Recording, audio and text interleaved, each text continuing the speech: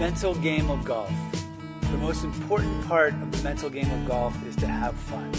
Make the game of golf a fun, enjoyable sport that every time you show up at the golf course or grab a club or watch it even on TV, that you have that good feeling of enjoyment.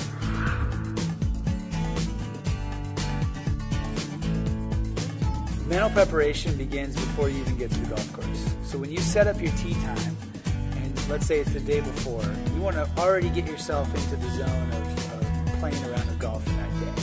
Now this is not going to be just 4 hours on the course. You're going to want to factor in your drive time, your practice session, and maybe beverages or food after the round as well. So this could be 6, 7, 8 hours at the golf course throughout the day. So one thing you want to focus on is getting there early. Maybe an hour before your tee time so that you're not stressed, there's no pressure, you have adequate time to warm up, to get something to eat, drink enough water so that you're properly hydrated, as well as breathe. A lot of people forget to breathe. On a deep breath before you tee off, get that oxygen flowing through your blood. Breathing properly and deeply before you tee off will help calm your nerves and help you relax to really put you into that emotional state of optimism, and so that will set you up for success as far as performance goes on the course. Make sure that when you're preparing mentally for the game of golf, you have all of your ducks in a row and you have all your equipment that you need. Make sure you have enough golf balls, enough tees, you have a decent glove. Let's make sure that you have ball markers or divot tools so you don't have to think about that. You don't have to rustle around and search or look for that. That may cause a little bit of frustration, a little subconscious kind of confusion, and throw you off your game. So you want to have all those pieces in line, all those ducks in a row, before you get to the golf course.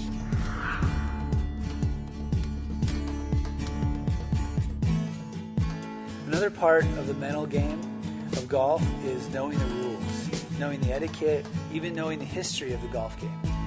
What you want to focus on is respect and integrity and honor. Remember, this game originated hundreds of years ago in Scotland, and it has evolved and is still a gentleman's sport, even though women play it as well. An important part of the game when you're on the course is understanding pace of play. And pace of play is basically how you can stay up with the group in front of you or not slow down the group behind you.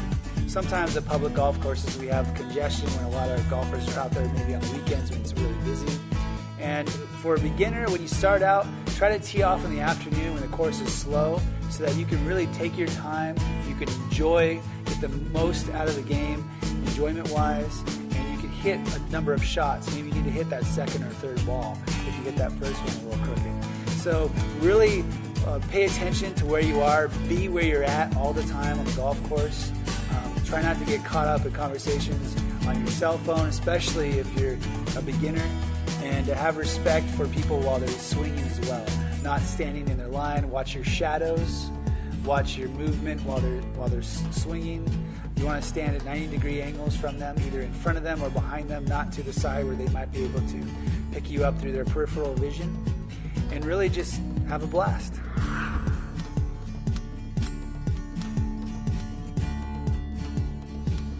One thing I want to talk about is setting up your expectations. If you're new at golf, if you're a beginner, even a novice, your expectations should be very low.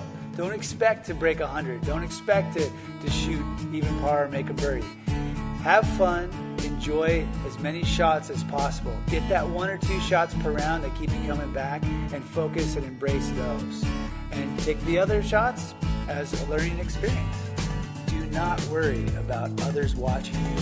Do not worry about what they think. Do not worry about them judging you. This is about you and that golf ball on the course.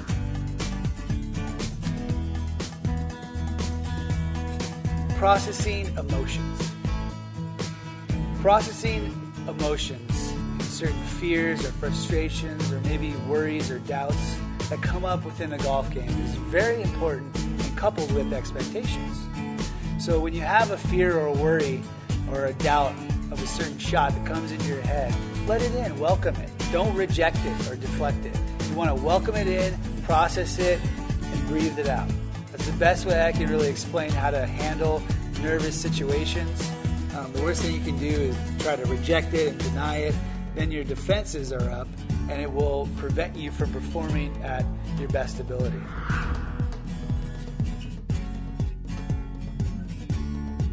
Visualization is a very, very important tool and technique to use on and off the golf course. When you're on the course, you can use visualization before you hit the shot, for example, during your pre-shot routine. You can use visualization before you even get up to the next shot. And off the course, you can use visualization for practicing in your mind. You can hit balls on the range, you can play any golf course you want in your mind. But the more you're activating your mind's eye and using visualization as a positive way to practice in your game, the more apt you are to perform at a higher level when you're actually on the golf course.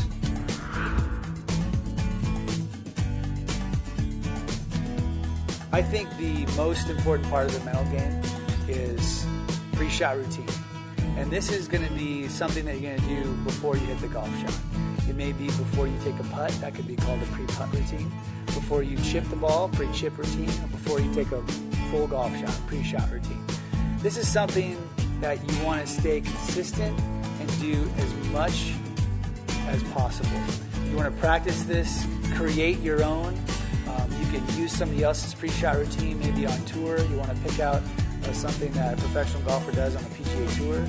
But whatever it is, pick one, commit to that, and stick to that so that you can get the most out of your golf swing. You can get the most out of your golf game when you're over the ball and when you're about to take a swing.